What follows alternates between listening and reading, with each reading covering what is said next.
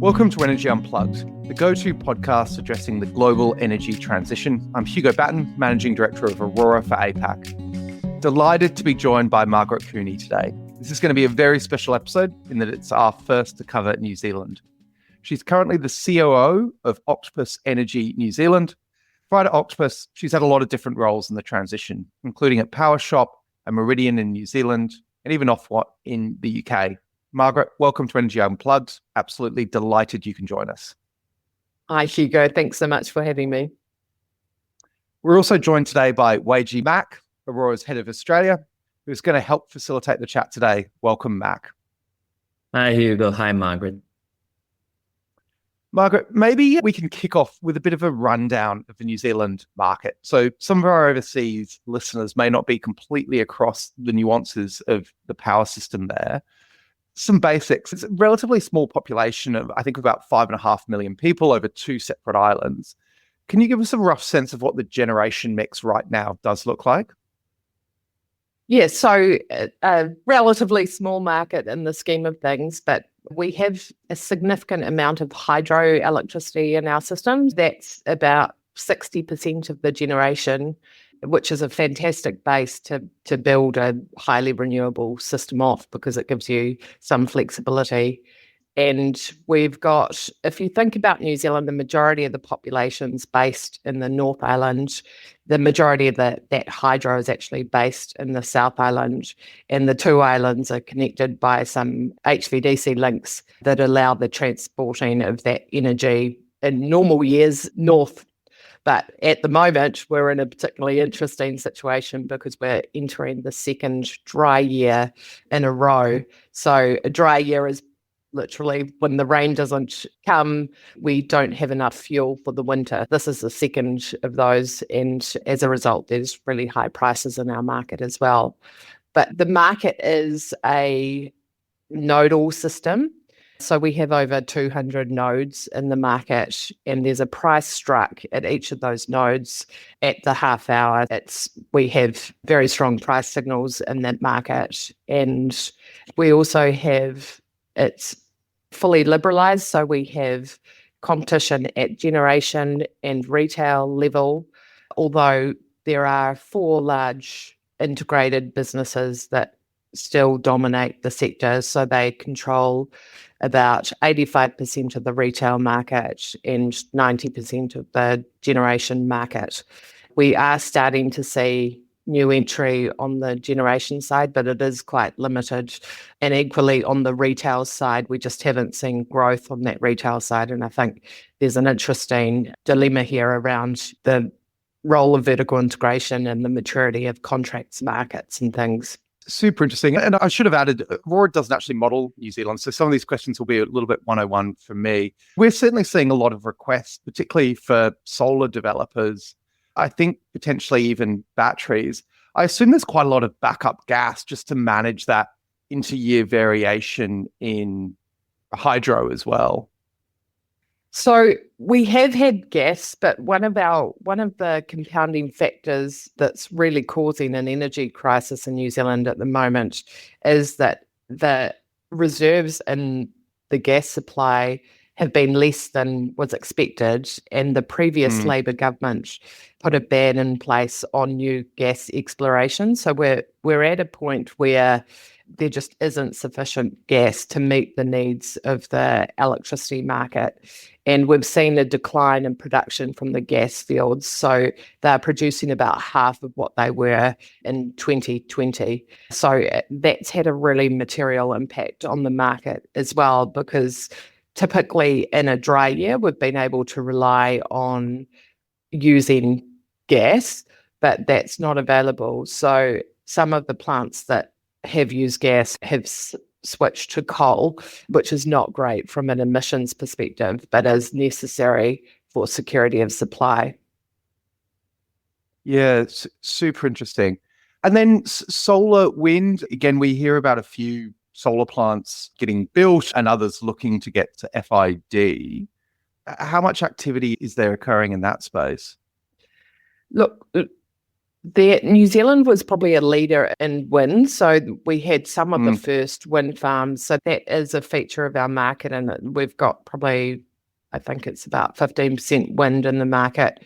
Solar is an emerging technology. We're starting to see the first solar farms connected to the grid now, and there is definitely quite a few solar projects in the pipeline because the process for planning and connection seems to be quicker for those solar farms.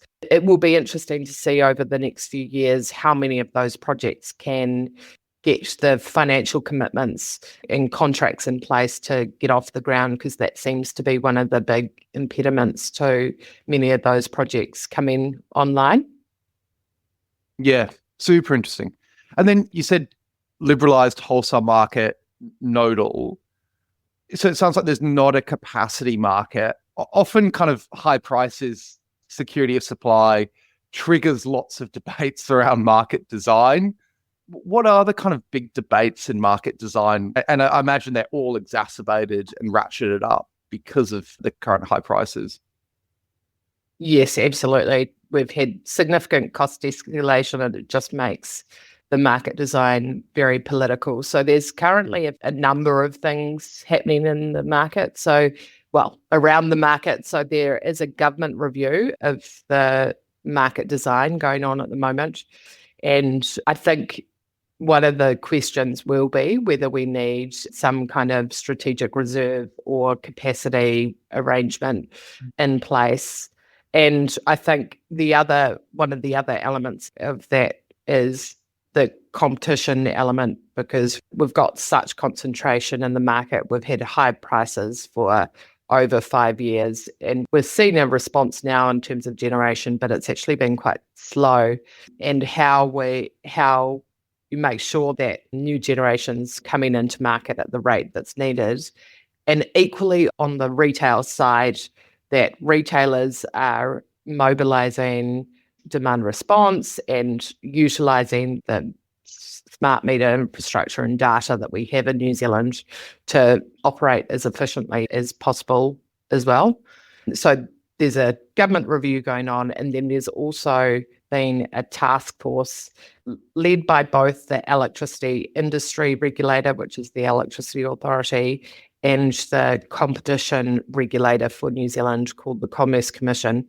Together it's called the Competition Task Force related to electricity, and it has a number of actions that they're trying to progress. So a lot of these are focused on improving the arrangements around competition and access to the market. So improving the range of risk management products and improving the opportunity for entrant generators to get PPAs and for entrant retailers to compete on a level playing field. I know Mac's got some follow-up questions on demand side response, but maybe just one more for me. It's super interesting, the liquidity of contracts markets and the tenor of those contracts, particularly for newer retailers who often don't own the incumbent hydro or thermal assets.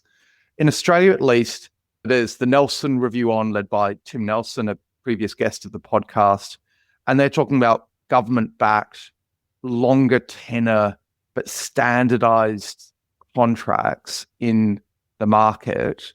Is that the kind of direction the New Zealand government might go in?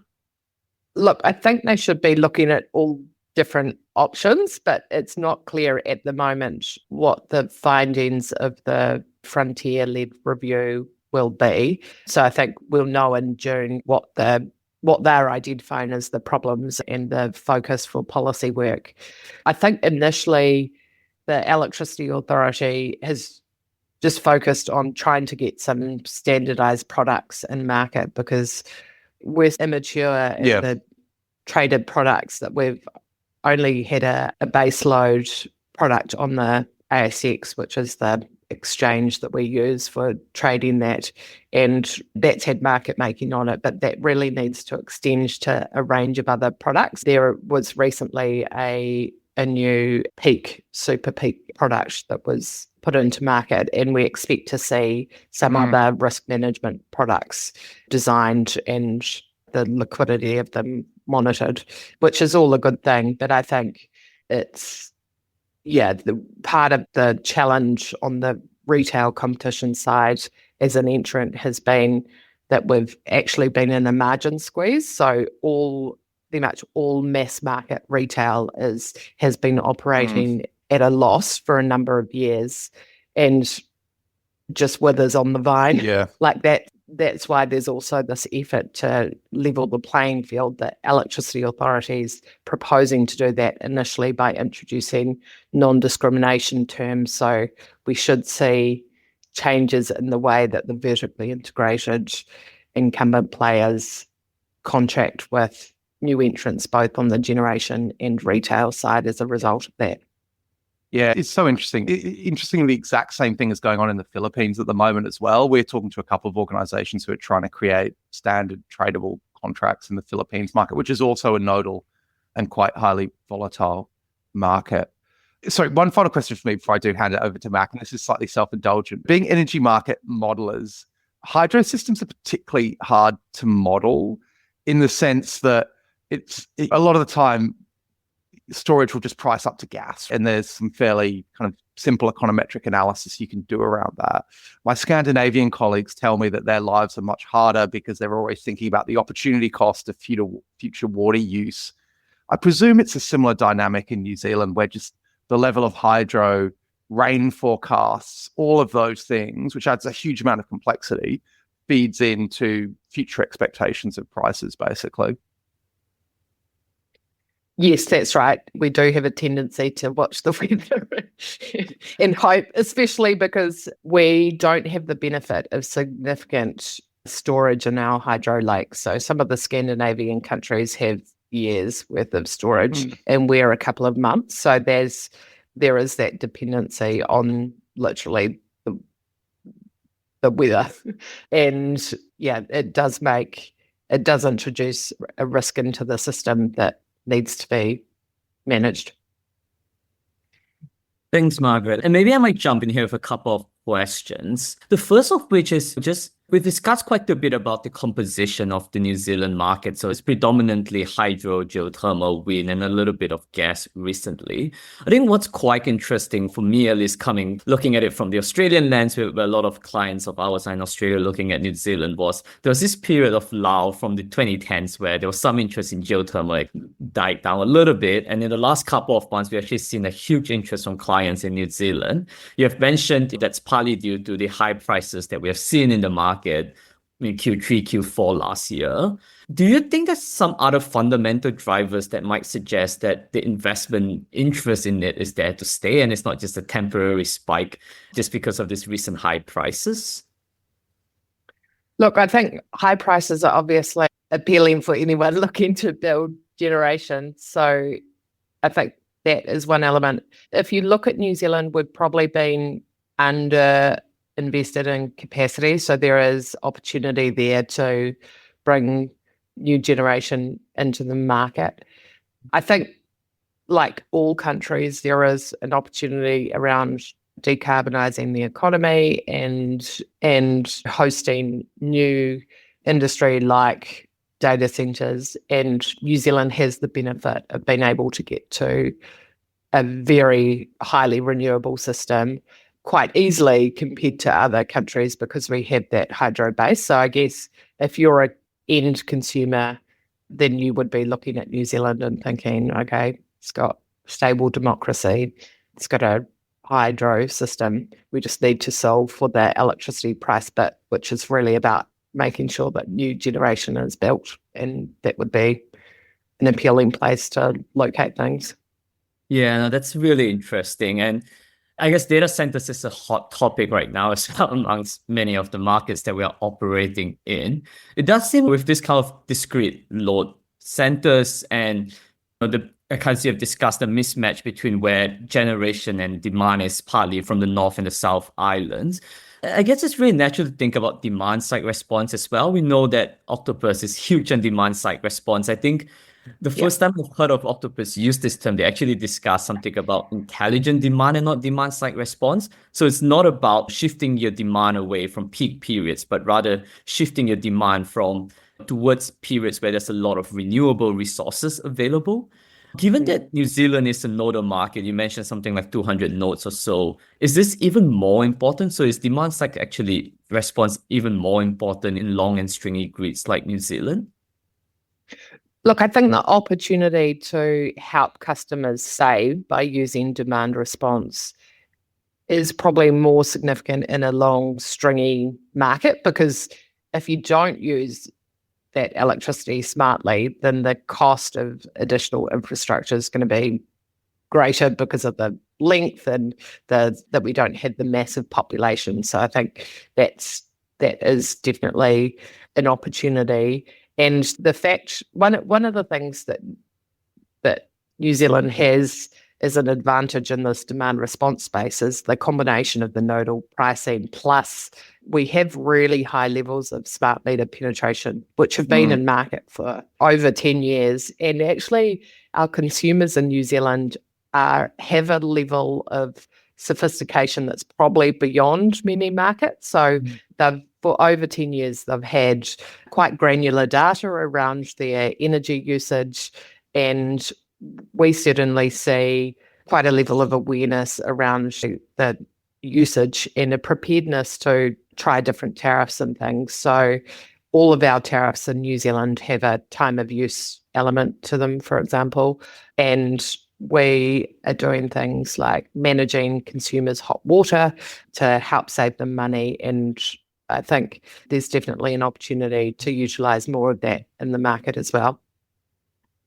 Yeah, no, that's really interesting, and probably a good time for us to talk a little bit more about Octopus' role in New Zealand as well.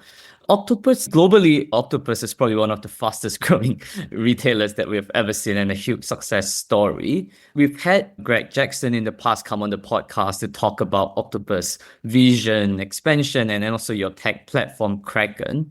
So many of our listeners will be very familiar with the Octopus success story, but maybe from a New Zealand point of view, what has been the key success stories for Octopus growth in New Zealand? Yeah, so I think if we think about Octopus globally, we've grown very rapidly, and that I think is ultimately about the combination of culture and technology. Immediately when you come into Octopus, I think what's quite striking versus other companies that I've worked for is that there is this absolute focus on delivering for the end consumer and making sure we're helping them out to reduce their energy bills or generally make their lives easier. And I just think about my experience. I lived in the UK for a while, and I remember trying to contact my power company back in 2013 to get a refund of about £1,000, and it was ridiculous. I basically got nonsensical responses. It took about a year to get a refund. Just appalling levels of customer service. And Octopus is always focused on making sure we're doing those basics right.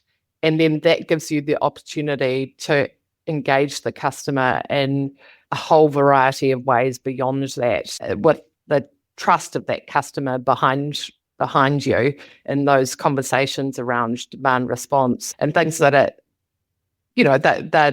they're new for many customers, and you wouldn't have the opportunity to have those conversations or manage consumers' demand without that level of trust. So I think that's been quite striking for me, having worked in other companies.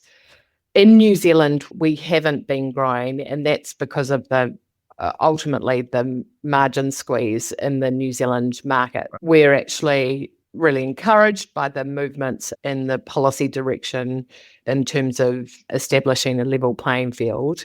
And I'm personally quite excited by the prospect of being able to scale the business once we've got those changes in. So yeah, I sit here with a lot of pent-up energy to do more things in the New Zealand market. Yeah. No, that's really interesting. It seems like it's quite challenging, I guess, from your perspective right now to be a retailer in New Zealand. There's just some statistics we checked on. There's about 50 to 60 retailers, I think, in New Zealand, which is a 40 terawatt hour market. So there's more than one retailer for every terawatt hour market. Is the competition really strong in New Zealand at the moment? Look, I think the vast majority of those won't be engaged in competition. They probably just sit as names on the registry with the Electricity Authority. But that said, retail competition has been vigorous, but it's completely plateaued.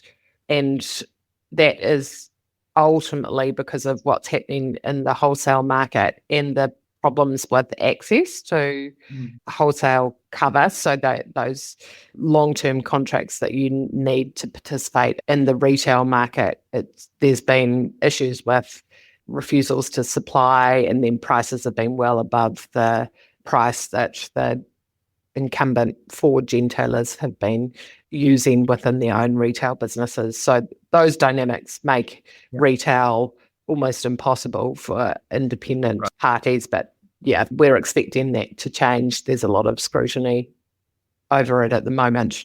I think prior to about 5 years ago, when the supply issues started kicking in and the contracts market became detached from where the retail prices were sitting, I would have said it would have been one of the most vigorously contested retail markets in the world. But you can see in the switching rates and things that competition really has dropped off. And in terms of market share, entrant market share versus incumbents is falling back. Perfect.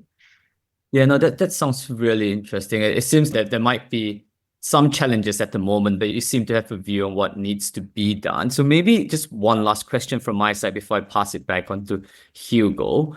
So for Octopus in New Zealand, given this background of what's happening in the market and the challenges that you're facing, what do you think are the couple of key focus areas for yourself in the next 3 to 5 years? I think once we get confidence that the market settings have changed and that margin squeeze can't continue, that's when we will put the foot down on growth. And we see the opportunity in New Zealand is mobilizing consumers with demand response or intelligent demand and creating great propositions around that. So one of the interesting things is New Zealand has quite good sunshine hours, but we actually have very low penetration of solar and battery. And I think part of that is that consumers haven't been aware of the benefits of solar, and also the retail offers don't give them the value that they need. But we've got a few product offerings that we think we can really help consumers in that demand response space. And we're quite excited about the opportunity to, scale the business and deliver much better customer service and mobilize new technology. And it's one of the things that we can bring to the market is that international expertise and the Kraken platform and all the sophistication and work that's gone on across Octopus Group to build products that customers love.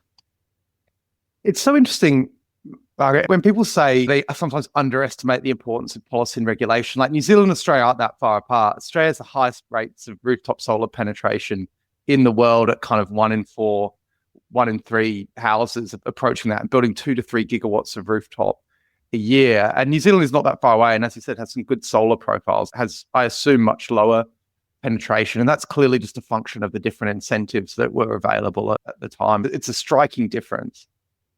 Yeah, it is amazing, isn't it? We watch Australia, and I think the transformation happening in the Australian market off the back of distributed energy is quite phenomenal. And I think it's a great thing to think about as a retailer, how energy markets are evolving and what the opportunities are off the back of it. That I guess the Australian approach has been underwritten initially by subsidies, which we haven't had and are unlikely to have in New Zealand, but we are slowly starting to see those significant falls in solar and battery costs that mean that New Zealand consumers should be adopting this technology because it makes sense for them financially. And yeah, we're hopeful that we can help them on that journey. We've recently had our first zero bill customer in their home enjoying a month's worth of not having a power bill, and I think opportunities like that make it super simple for people to do. The maths on investing in distributed energy are really compelling.